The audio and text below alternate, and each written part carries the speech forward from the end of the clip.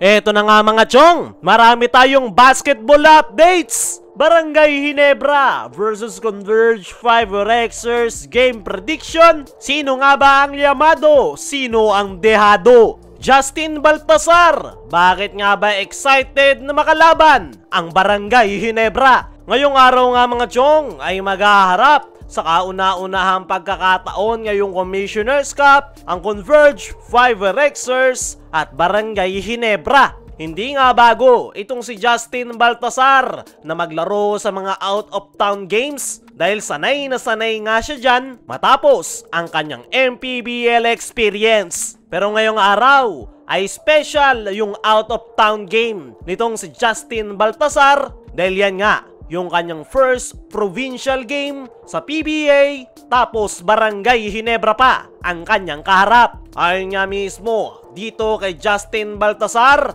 ay kilala naman daw ng lahat ang Barangay Ginebra, lalong-lalo na yung mga libo-libong fans na nanonood sa loob ng game venue. Kaya naman, sobrang excited nga raw nitong si Justin Baltasar na makakalaban niya ang Barangay Ginebra. Isa pa nga raw sa nagpapa-excite sa nasabing Converge Bigman ay makakalaban niya nga raw yung kanyang idol na si Japet Aguilar. Parehas nga raw silang kapampangan at isa raw si Japet sa kanyang mga PBA idol. Bukod kay Japet ay excited rin itong si Justin Baltasar na makalaban yung kanyang dating teammate na si Ralph Koo at yung kanyang dating former Gilas teammate na si RJ Abarrientos. Kaya naman, sobrang excited nga raw si Baltasar na makalaban ang mga yan. As of now nga mga chong, ay hindi pa rin nakapagpapakita ng magandang performance itong si Justin Baltasar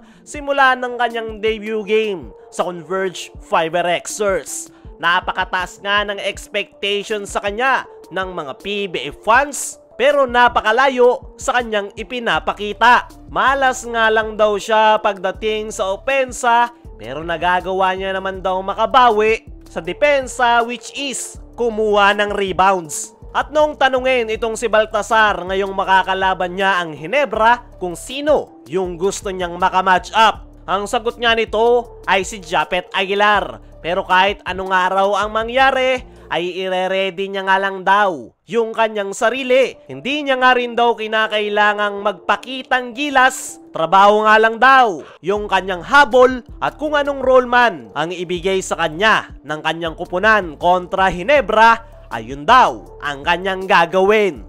Ang pinaka main goal nga raw nila ngayong araw ay talunin ang Barangay Ginebra. Dahil Ginebra nga raw yung isa sa pinakamalakas na kupunan ngayong conference. Kaya naman ipinapangako nitong si Justin Baltasar na ipapakita niya yung kanyang buong makakaya para tulungan ang Converge na makuha ang panalo sa Barangay Ginebra. So ngayon nga mga chong, yung gustong match up nitong si Justin Baltasar kontra kay Japet Aguilar ay possible na hindi pa mangyari. Dahil alam naman natin, nagre-recover si Japet Aguilar matapos siyang tamaan ng injury sa kanyang hita. Kaya naman, napakalaki ng chance na hindi matupad yung gustong match-up nitong si Baltasar kontra sa kanyang idol na si Japet Aguilar. Magandang match-up nga sana yan dahil dyan masusubukan si Baltasar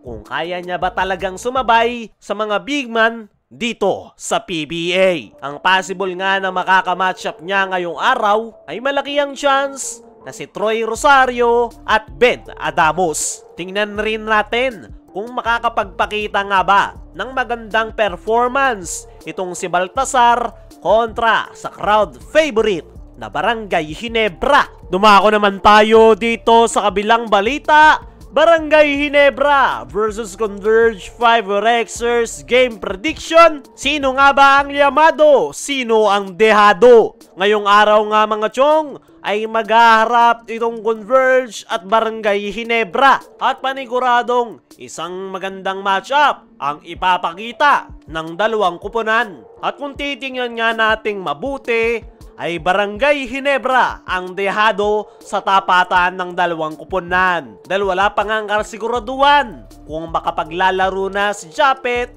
at Stephen Holt para sa kanilang koponan. Samantalang ang Converge, kumpleto ang kanilang lineup at the same time, mainit dahil nakuha na nila ang kanilang game rhythm. Kaya naman, ano nga ba yung mga kinakailangan gawin ng Barangay Ginebra para makuha ang panalo? Unang-una nga sa kanilang listahan ay total team effort. Dahil nga sa pagkaka-injured ng kanilang mga players, ay kailangan ng total team effort ng Barangay Ginebra para makasabay sa Converge 5RXers. Dito nga masusubukan yung mga natitirang players ng Ginebra at talagang kailangan nilang makapagpakita ng solid team effort para matalo ang Converge. Sunod sa kinakailangan gawin ng Barangay Ginebra ay maipasok yung kanilang mga outside shots. Nang dahil nga sa hindi pa rin makapaglalaro si Japet Aguilar, ay kinakailangan nga ng Barangay Ginebra na idaan sa outside shooting ang laro. Maraming ang mga gunners na maaasahan si Coach Tim sa kanyang koponan dahil halos lahat nga ng kanyang mga players ay kayang tumira sa 3-point area. Yung problema lang nila ay hindi nga nagpapapasok yung kanilang mga outside shots nitong mga nakaraan, at yan nga yung kinakailangan nilang magawa ng paraan ngayong Converge ang kanilang makakaharap. At para sa ating game prediction mga chong, ay expect nyo na classic matchup ang ating makikita sa paghaharap ng Converge at Barangay Ginebra. Kaya mga chong, sino sa tingin nyo ang makakakuha ng panalo? Ano rin yung thoughts nyo sa sinabi ni Justin Baltazar sa Barangay Ginebra? I-comment mo lang dyan sa ibaba.